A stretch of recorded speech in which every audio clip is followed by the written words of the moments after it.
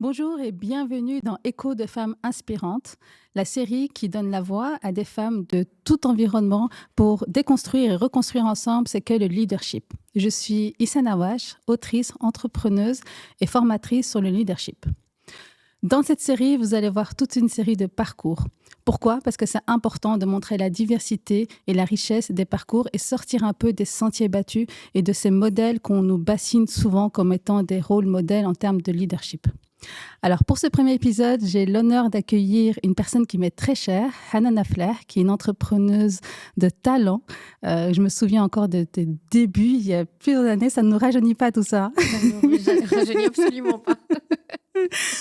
Alors, Hanan, c'était important pour moi de t'inviter parce que dans ton parcours, tu as développé un entrepreneuriat qui te ressemble. Tu incarnes ce que tu dis, tu fais ce que tu dis. Tu as un exemple aussi également dans ta vie privée, parce que j'ai l'honneur aussi de te connaître un peu plus que ce qu'on connaît de toi sur les réseaux sociaux. Et je vois que tu es alignée. Et moi, vraiment, c'est une caractéristique que j'admire énormément.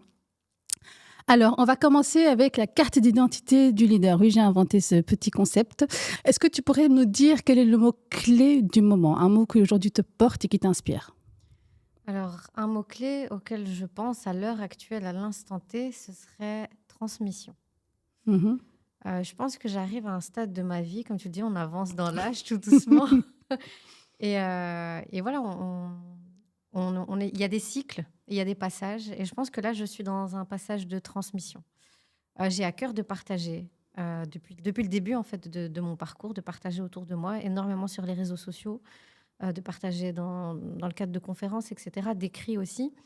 Et j'ai le sentiment que ce que l'on sait, que ce que l'on apprend ne nous appartient pas. Mhm. C'est pas fait pour être gardé pour soi. C'est fait pour être partagé autour de soi. Et je pense vraiment qu'on a un devoir de transmission. Tout un chacun, quoi qu'on fasse, qu'on soit entrepreneur ou pas, en fait. Et que ce devoir de transmission, j'ai envie aujourd'hui vraiment de l'acter et de le Mhm. graver. Très bien, chouette ça. C'est joliment dit. Je suis complètement d'accord avec cette vision d'ailleurs, en effet. C'est pour ça que la formation est essentielle. Toi aussi, tu donnes des formations. Oui, c'est vrai qu'effectivement, un des pans de ma vie professionnelle, c'est de proposer des formations en ligne, des webinaires, essentiellement destinés aux femmes. Mhm. Parce que voilà, en tant que femme et en connaissant toutes les difficultés, toute la charge qui repose sur les épaules de la femme, eh ben, forcément, on a à cœur d'aider les femmes dans notre mission. Donc, je propose régulièrement des webinaires et des formations en ligne. Donc voilà, on parlait de transmission il y a Oui, quelques instants, donc tout à fait. dans cette lignée-là, de la transmission. Ok, super.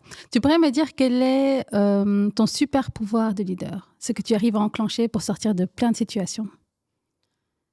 Euh, Tu sais, hein, déjà pour revenir à cette terminologie de leader, leadership, etc. Tu vois, quand tu me parles de leadership, après toi, tu fais ça merveilleusement bien.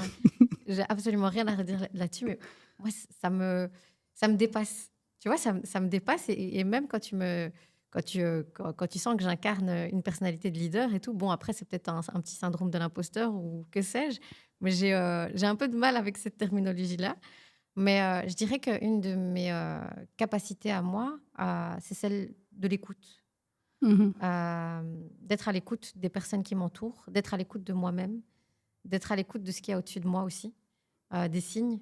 Et c'est ce qui régit aussi pas mal mon cheminement, Mhm. l'écoute.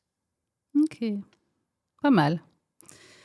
Et si tu pouvais citer un animal que tu penses qui incarne certaines qualités que toi tu as? Alors là, ça va paraître un peu paradoxal peut-être avec ce que je dégage. Me sortir le guépard. Un truc du style, la lionne. Ah. La lionne, parce que je pense que la lionne, c'est elle qui protège sa famille, c'est elle qui protège ses petits. C'est le cœur de ce qu'elle est, de sa personnalité. C'est sa mission, entre guillemets.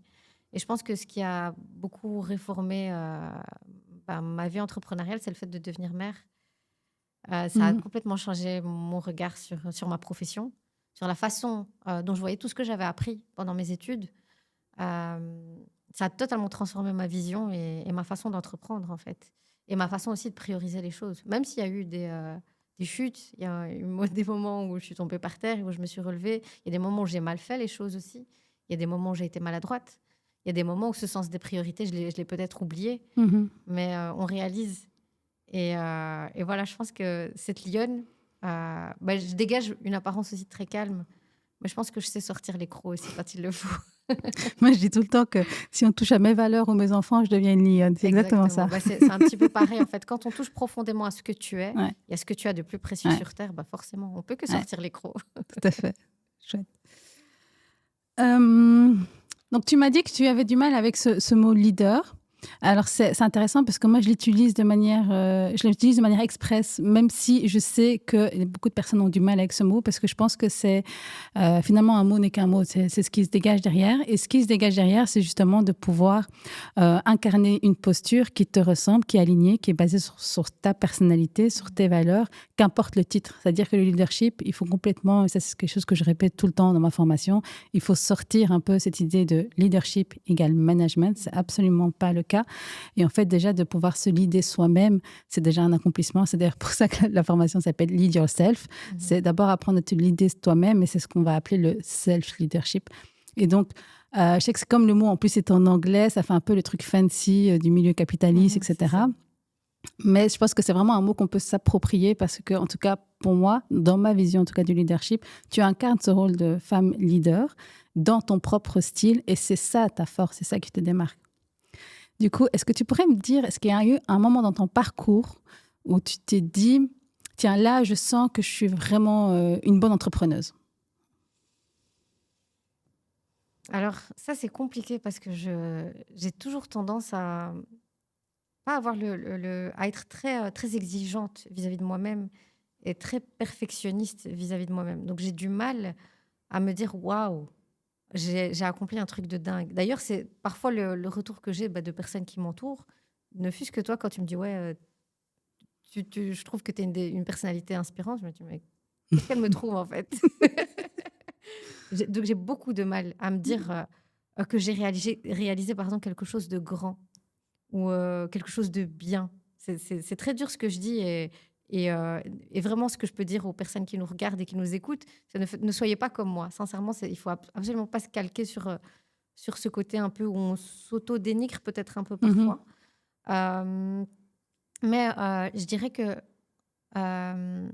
forcément, dans ce que je suis, ça me renvoie au fait qu'on... tu l'as probablement aussi vécu, le fait qu'on est beaucoup rejeté pour ce que l'on par rapport à notre apparence, en fait, par rapport à ce que l'on porte, par rapport à notre foi, à nos convictions.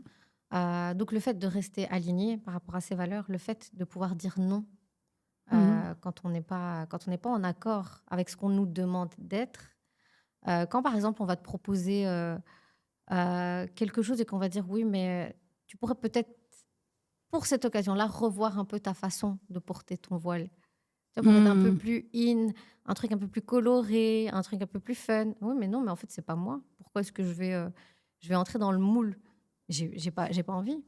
Moi, où que je sois, quoi que je fasse, il faut que je reste telle que je suis. Sinon, ça n'est pas moi. Et en fait, renvoyer une image factice de moi-même, ça ne m'intéresse absolument pas. Ouais. Moi, ça m'est déjà arrivé qu'on me dise dans ton dossier de présentation, tu as quand même plusieurs photos de toi. J'en ai 3 sur 5 pages et c'est une mise en page classique. On me dit oui, mais parce que voilà, le foulard, on le voit 1 fois, 2 fois, 3 fois, ça fait un peu beaucoup, quoi. C'est dingue, c'est dingue. Et tu sais, tu me renvoies aussi à quelque chose que j'avais vécu vraiment au tout début de ma vie entrepreneuriale et où, en fait, j'avais participé à une formation. C'était une espèce de programme pour diététicienne nutritionniste où on était reprise dans une espèce d'agenda et on nous faisait de la publicité, etc. Enfin, tu vois. Et on m'avait dit, donc la formatrice, elle m'avait dit oui, je peux vous raccompagner en voiture jusqu'à la gare. Je dis ok. C'est sympa, moi je trouvais ça super gentil, mais en fait elle en avait profité pour discuter avec moi. Et elle me disait, bon, il faut qu'on mette... on met en général les photos des diététiciennes sur le site. Mais vous, je vous propose qu'on ne mette pas votre photo. Et puis je dis, ah ok.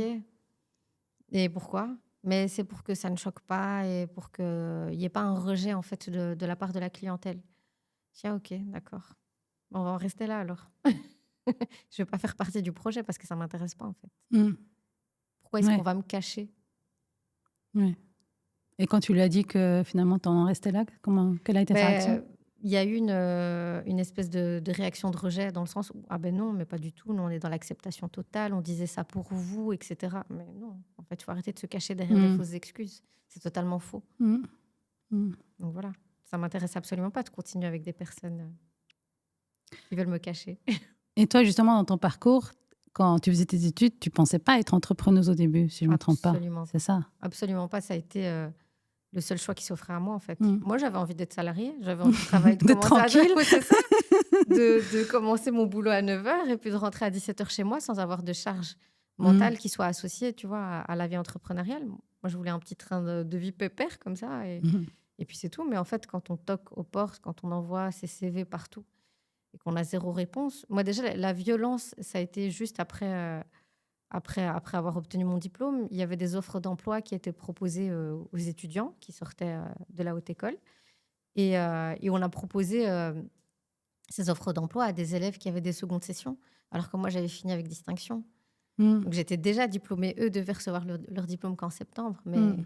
comme ils n'avaient pas la même apparence que moi, bah forcément ça passait mieux. Donc ce qui fait qu'à force d'avoir toqué à des portes, ben, je me disais: «Mais j'aime ce métier. J'ai appris quelque chose» et Mmh. cet apprentissage, comme je le disais tout à l'heure, il doit être transmis, il doit être partagé. Donc si je passe pas par cette case entrepreneuriale, ben, au final, Mmh, c'est ça va ça. pas profiter à grand monde. Ouais, c'est ça. Toi, tu as plus entrepris parce que tu trouvais Par pas de dépit job, au par dépit, par quoi. dépit au C'est ça. départ. Mais au final, le destin, il est merveilleux Ouais, et tout c'est est dingue. tellement bien ficelé Ouais. et bien planifié et au final, je me vois pas être autre chose qu'entrepreneuse à l'heure actuelle. C'est Ouais. impossible. Non, mais là, c'est impossible. Une fois qu'on est entrepreneur, c'est impossible de C'est retourner vraiment salarié. impossible et pourtant, quand je dis ça, c'est absolument pas pour renvoyer un idéal de Ouais. l'entrepreneur ou de Oui, parce qu'il faut le l'entrepreneuse. dire, c'est galère. Je pense qu'il faut Bien vraiment sûr le que c'est dire. Parce qu'il y a galère, beaucoup de jeunes aujourd'hui qui me disent: «Oui, je vais être entrepreneur». mais Pour parce que faire c'est quoi? très à la Comme mode. ça. C'est super Ouais. à la mode. On voit sur les réseaux sociaux que tout le monde doit entreprendre, que la femme doit entreprendre aussi beaucoup. On lui met cette espèce de Ouais. pression en disant qu'elle va avoir une liberté, qu'elle va pas avoir de contraintes, alors que c'est faux. Il faut pas mentir comme ça. C'est pas Mmh. bien. La vie entrepreneuriale, elle est pas facile. C'est parfois des nuits blanches. C'est une charge mentale qu'on Mmh. peut pas. Il y a pas de bouton off en fait Ouais, dans l'entrepreneuriat. exactement. C'est tout le temps rester disponible. C'est de devoir répondre à des mails. C'est devoir gérer des stocks, Mmh. c'est toute une logistique, C'est c'est toute ça. une planification, c'est de l'administratif. Donc tout ça, il faut pas juste vendre Mmh. l'entrepreneuriat, comme c'est fait sur les réseaux sociaux où ils voyagent tous en business class. C'est pas du tout ça, Ouais, hein. c'est ça, avec la grosse caisse. Faut redescendre sur terre. Oui, et puis aussi les frais, en fait. C'est que souvent, les gens sous-estiment les frais qu'on a. En fait, quand tu commences ton année, tu es déjà, je crois, minimum moins 5 000 euros, quelque chose comme ça. Si tu comptes tous les frais que tu as, juste l'administratif, les taxes et compagnie, Exactement, les frais sans, de comptabilité, voilà, sans compte, l'imposition, exactement. c'est tous les côtés négatifs de l'entrepreneuriat. C'est Mais à ça. côté de ça, bien évidemment, il y a du positif. Il y a le fait de se dépasser tout le temps, de, de se fixer des nouvelles limites, Mhm. d'avancer comme on le souhaite aussi. Ça, c'est Mm. vrai, C'est au ça, rythme que l'on souhaite. c'est Donc ça. ça aussi, c'est super important. Il y a des aspects positifs, bien évidemment. Et quand on est maman, et je Mm. pense que tu me rejoindras, quand on a envie de déplacer un rendez-vous dans son agenda parce qu'il y a la fancifère des enfants, parce qu'il y a la remise du bulletin de fin Ouais. d'année ou une réunion de parents qui est importante, bah forcément, on a cette souplesse Mhm. dans notre agenda qui nous permet d'être C'est ça, présente exactement. auprès des Ouais, nôtres. Et ça, c'est super important. ouais, tout à fait. Est-ce qu'il y a des modèles ou des personnes qui t'ont inspiré dans ton cheminement? Alors, c'est pas forcément dans un cheminement entrepreneurial, mais mes parents. Mm. Bon, ça va être un gros classique, mais forcément, la résilience de ma mère, sa capacité à supporter des lourdes épreuves et à tenir debout pour sa famille, c'est quelque chose qui m'a inspirée et qui m'inspire encore aujourd'hui. Je pense que c'est le plus bel honneur qui m'a été fait sur Terre, c'est d'être la fille de ma maman. Et à côté de ça, mon papa. Franchement, mon papa, c'est quelqu'un qui a... Bon, je pense que je tiens beaucoup de lui, qui a un côté très hyperactif, comme ça, qui bouge dans tous les sens et qui a du mal à rester en place. Malgré le fait qu'il soit pensionné, il est tout le temps en mouvement, mais tout le temps, tout le temps. Et je trouve que je le ressens beaucoup. Et ce côté où, pareil, enfin, et ça rejoint beaucoup, je pense, de papa de notre génération, c'est ce côté sacrificiel pour Mm. leur famille, pour les leurs. Ce côté où aussi... ils ont fait face à beaucoup de violence. Moi, j'ai Ouais. ce souvenir aussi, quand j'ai reçu mon CEB, Mhm. donc en primaire, j'avais 11 ans, euh, où où il y avait une camarade de classe dont le papa était avocat. Et mon papa, il est ouvrier. Et, euh, et j'avais fini première de classe. Et donc, il est venu féliciter mon père. Et en félicitant mon père, il lui a dit, c'est pas mal pour une fille d'ouvrier. Et quand mon père me l'a dit dans la voiture, parce que j'étais pas avec eux à ce moment-là, je me suis dit, mais tu te rends compte à quel point c'est humiliant ce qu'il a dit. En fait, mon papa, il n'a pas réalisé. Ouais. Il n'a pas réalisé, mais moi, ça a été une des premières claques que j'ai prises dans ma vie, c'était celle-là. Ouais. En fait, c'est une violence incroyable. Ouais. Les gens ne se rendent pas compte. Et je suis sûre que cet homme, il est ressorti en étant fier de lui, en disant oui, j'ai fait preuve d'humanité, j'ai été félicité cet ouvrier pour sa fille. Exactement. Tu vois, c'est ça le pire, c'est qu'en fait, je trouve que moi, personnellement, les plus grosses violences que j'ai pu vivre au niveau du racisme et également du sexisme, c'est souvent sous couvert de bienveillance. Je trouve que c'est les pires. Tout à fait. Je suis tout à fait d'accord avec toi. C'est qu'on voit jamais le mal dans ce qu'on essaye de t'imposer comme idéologie. C'est ça. Alors que vous vous rendez pas compte à quel point vous nous faites du mal. Oui, et c'est toujours renvoyer la personne à son statut, son titre. Alors qu'en fait, qu'est-ce qu'on en a à faire? C'est quoi tu félicites un papa pour le résultat de sa fille, point, c'est tout. Tu félicites la fille d'un père. C'est tout. Qui est fier, qui est tout simplement dans un moment de fierté absolue en plus. Qu'il soit ouvrier ou médecin, on s'en fiche un petit peu. Oui, c'est ça. Et tes parents, ils sont fiers de toi maintenant? J'espère. Oui, ils le sûrement. Ils le sont. Mais, et à chaque fois, quand je te disais que j'ai un regard très, très critique sur moi-même, c'est que je sais que mes parents sont fiers de moi. Mais j'aimerais qu'ils le soient encore plus. Alors que peut-être qu'ils sont au summum de la fierté. Je dis, mais je peux encore donner encore plus pour qu'ils soient encore plus fiers de moi. Et tes enfants, ils sont fiers de toi? Je pense que oui. Il y a des petites anecdotes qui sont très rigolotes avec mon fils. C'est qu'il me dit, est-ce que tu as plus d'abonnés que Benzema? Tu vois, alors là, je suis loin du compte. Je suis vraiment très, très loin du compte. Et alors, il y a aussi un truc très drôle. C'est qu'il m'a dit une fois, ses copains, ils lui ont dit, ça doit quand même être chouette d'avoir une maman comme la tienne. Ouais. Et je dis, ah, et toi, tu leur as répondu quoi? Je dis, ouais, bof. Mes enfants, ils m'ont déjà dit, maman, à l'école, ils nous ont dit que tu étais connue. T'es connue comment? T'es connue comme Indila? Non. Chacun ses références. Ouais, c'est ça, ils ont des référentiels. C'est vrai que comparé à ces gens-là, on n'est pas du tout connus, en fait. C'est ça.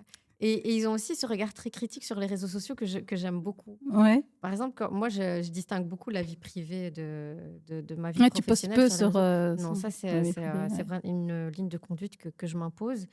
Mais il m'arrive, mais très rarement, par exemple, de publier une photo de dos ou autre, et où mon fils va découvrir que je l'ai publié de dos et qu'il va me dire, je t'ai pas donné mon accord, en fait. Et il a raison. Et il a totalement raison. Je lui dis, je suis 100% d'accord avec toi. J'aurais dû te demander la permission avant de le faire. Ouais, c'est vrai. Et tu disais justement dans ton parcours, le moment de la maternité, ça a été justement un déclic. Qu'est-ce que ça a changé pour toi dans ta relation au travail? Alors, déjà, d'un point de vue très, très terre à terre, donc j'allaitais ma fille. Et je suis tombée malade. J'ai eu une grosse grippe. Et tu vois, on a tellement de peur quand on devient une jeune mère, malgré qu'on ait un bagage. Moi, je suis nutritionniste, donc je m'y connais quand même un rayon en allaitement. Un petit peu quand même. Mais là, j'étais tellement perdue. Et je me dis, mais non, je ne peux pas l'allaiter parce que je suis malade. Donc, c'est totalement biaisé comme avis. Et donc, je me suis dit, je vais lui acheter du lait en poudre. Au contraire, parce que tu lui donnes des anticorps. Mais exactement, au contraire. Je booste son immunité en l'allaitant, même si je suis malade. Et donc, je lui ai acheté du lait en poudre. J'ai commencé à lui donner du lait en poudre. Et puis après, et un jour, j'ai pris l'étiquetage du lait en poudre. Je me dis, c'est quand même marrant parce que le lait, c'est un ingrédient. Pourquoi est-ce qu'il y a 50 ingrédients différents sur cette étiquette? En fait, je me dis, mais je suis en train de polluer le corps de ma fille. C'est pas logique. Et en plus, je suis nutritionniste. Et du coup, j'avais cette espèce de culpabilité. Je me dis, mais t'as étudié, c'est ton domaine. Pourquoi est-ce que tu lui as donné du lait en poudre? Et puis, j'ai investigué un peu la question des aliments ultra transformés, de se dire que même les notions que j'avais durant mon bachelier, parce qu'on nous disait, par exemple, donner des édulcorants, c'est pas problématique. Des limonades, c'est pas problématique, etc. Le sucre, c'est pas si dangereux que ça. Enfin, voilà, un truc très... Et puis, on avait aussi une espèce de lobbying aussi, durant mes études, ou par exemple, si tu arrives à caser telle marque dans ton mémoire, tu peux recevoir une bourse. Ah Ouais, donc ouais, on avait des ok. industries agroalimentaires qui venaient nous rendre visite et qui nous expliquaient qu'on pouvait recevoir des bourses si on faisait un mémoire sur telle thématique et en casant la marque dans le travail de fin d'études. Mm. Donc il y a toutes ces notions comme ça qui me faisaient tilt comme ça d'un coup, et je me disais, mais il y a un truc qui n'est pas normal.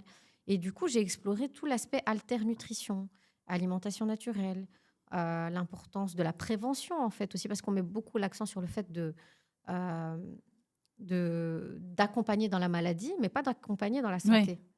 Et donc, il y a tous ces aspects qui sont venus enrichir ma pratique. Donc, j'ai beaucoup lu, je me suis formée à des courants plus alternatifs, en fait, et qui sont venus vraiment enrichir ma vie professionnelle. Et je me souviens aussi qu'une des premières consultations que j'avais faites, nous, on nous avait expliqué, pour faire maigrir quelqu'un, il faut tout simplement lui proposer un régime hypocalorique, en fait. Mm. Tu manges moins que ce dont ton corps a besoin, donc forcément, il va puiser dans les réserves. Et donc, j'avais proposé ça à une de mes premières patientes. J'étais encore toute jeune. Et elle me dit, mais moi, je mange moins que ça. Et pourtant, je grossis. Oh là là. Et en fait, je me suis sentie, je me dis, c'est qu'il y a autre chose Ouais. qui cloche. Et en fait, notre corps, c'est un tout. Ouais. Il y a nos hormones, Ouais. il y a le niveau de stress qui peut jouer, il y a le niveau de pollution qui peut jouer. Il y a tellement de choses qui peuvent avoir. Il y a nos émotions qui peuvent avoir un impact sur notre poids. Donc, toutes ces dimensions-là qu'on m'a pas apprises sur les bancs de l'école, mais que j'ai dû appréhender par la suite. Là, je me suis un peu éloignée du fait. Non, c'est en fait. Il y a deux choses qui me viennent quand je t'entends parler. C'est déjà à quel point, en fait, comme tu as un métier qui te passionne, en fait, tout ce qui se passe dans ta vie, tu peux le réutiliser en quelque sorte dans ton métier. Donc, tu as voilà, ce lien avec ta fille, la maternité, l'allaitement. Et donc, du coup, tu as un déclic et tu te dis, ben tiens, il y a quelque chose qui ne va pas, en fait, et tu le mets en lien avec ta profession. Et ça, je trouve ça génial quand on a la chance d'être passionné, de pouvoir faire des liens tout le temps entre... Parce c'est toujours cette idée que la vie privée, c'est la vie privée, et la vie professionnelle, c'est la vie professionnelle. Moi, j'ai toujours fait des liens entre les deux, et c'est comme ça, d'ailleurs, que tu crées, c'est comme ça que tu innoves. Il n'y a pas de barrière, en fait. Tout à fait. Et ça a été pareil avec mon projet Neia de complément alimentaire. C'est tout d'abord par rapport à ma vie professionnelle. J'orientais mes patients vers différents labos. Donc, va chercher ta vitamine D chez tel labo. Il y a tel labo qui fait un bon magnésium. Donc, c'était un peu... il y avait une panoplie de labos à expérimenter, auprès desquels il fallait commander, etc. Et puis, je me disais, mais tiens, pourquoi est-ce que je ne leur proposerais pas moi-même des produits que j'estime être qualitatifs ? Et puis, il y a aussi... Et donc, tu maîtrises aussi le processus industriel, la qualité. Exactement. Et puis, il y a aussi cet autre côté, c'est... j'ai envie de proposer quelque chose à mes proches aussi. Et d'où l'appellation, en fait, Neia, c'est dérivé de Nia, en arabe, qui signifie l'intention. Et donc, mon intention, c'est de faire du bien autour de moi, de faire du bien à mes proches. Et comme cette intention est noble et sincère, mais de la même façon que je veux faire du bien à mes proches, ce que je veux de bon pour mes proches et pour mes enfants, je le veux pour les enfants des autres. C'est ça. Donc, c'est vraiment aussi ce qui guide ce projet-là. Ouais, c'est ça, y compris pour les enfants d'avocats et d'ouvriers. Exactement, on ne fait pas de distinction. C'est ça. Mais quand tu me parlais aussi justement de le profilage alimentaire finalement que tu mets en place avec tes patients, pour revenir à la question du leadership, c'est exactement la même notion qu'on a avec le leadership. C'est-à-dire que pendant longtemps, on est venu avec une école, le leadership, c'est comme ça, et c'est comme ça qu'il faut se comporter. Et surtout quand on parle de poste de direction, alors là, c'est tel modèle très, très masculin, très assertif, très égocentré, très autoritaire. Et en fait, non, parce que finalement, chacune va avoir sa propre façon d'exercer un poste en fonction de ta personnalité.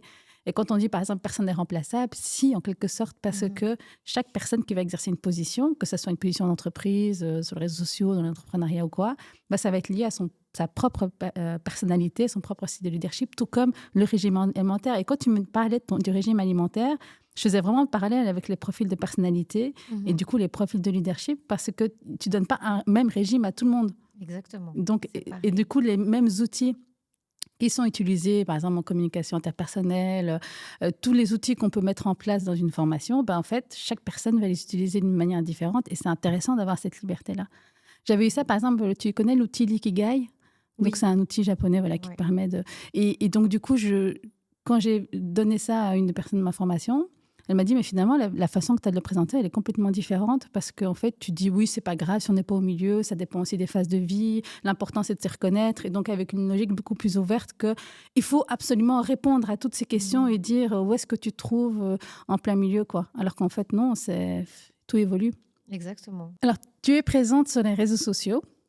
Comment tu le vis? Pourquoi déjà tu as commencé et comment tu le vis au jour le jour? Alors, j'ai commencé quand j'ai réalisé que c'était un outil. Il n'y a rien à faire, c'est une vitrine Mhm, professionnelle qui est limite incontournable mhm, à l'heure actuelle. Et quand j'ai commencé sans être visible mhm, physiquement. Donc, je ne mhm, montrais pas mon visage. Et c'est une question qui est venue de façon récurrente. Donc, il y avait des propositions d'interview, de passage à la radio, etc., où je demandais, oui, il faut désactiver la caméra quand je rentre dans le studio et tout ça, il ne faut pas qu'on me voie. C'était très important pour moi que je ne sois pas visible pour préserver l'anonymat. Et puis, dans cette jungle de réseaux sociaux, je me dis, de nouveau, cet aspect maternel qui revient. Ma fille, elle est en train de grandir. mhm, Quels sont les modèles présents sur les réseaux sociaux qui ressemblent à sa maman? Il n'y en avait pas tellement. mhm, Il n'y en avait pas tellement à l'époque. Aujourd'hui, il y en a beaucoup plus.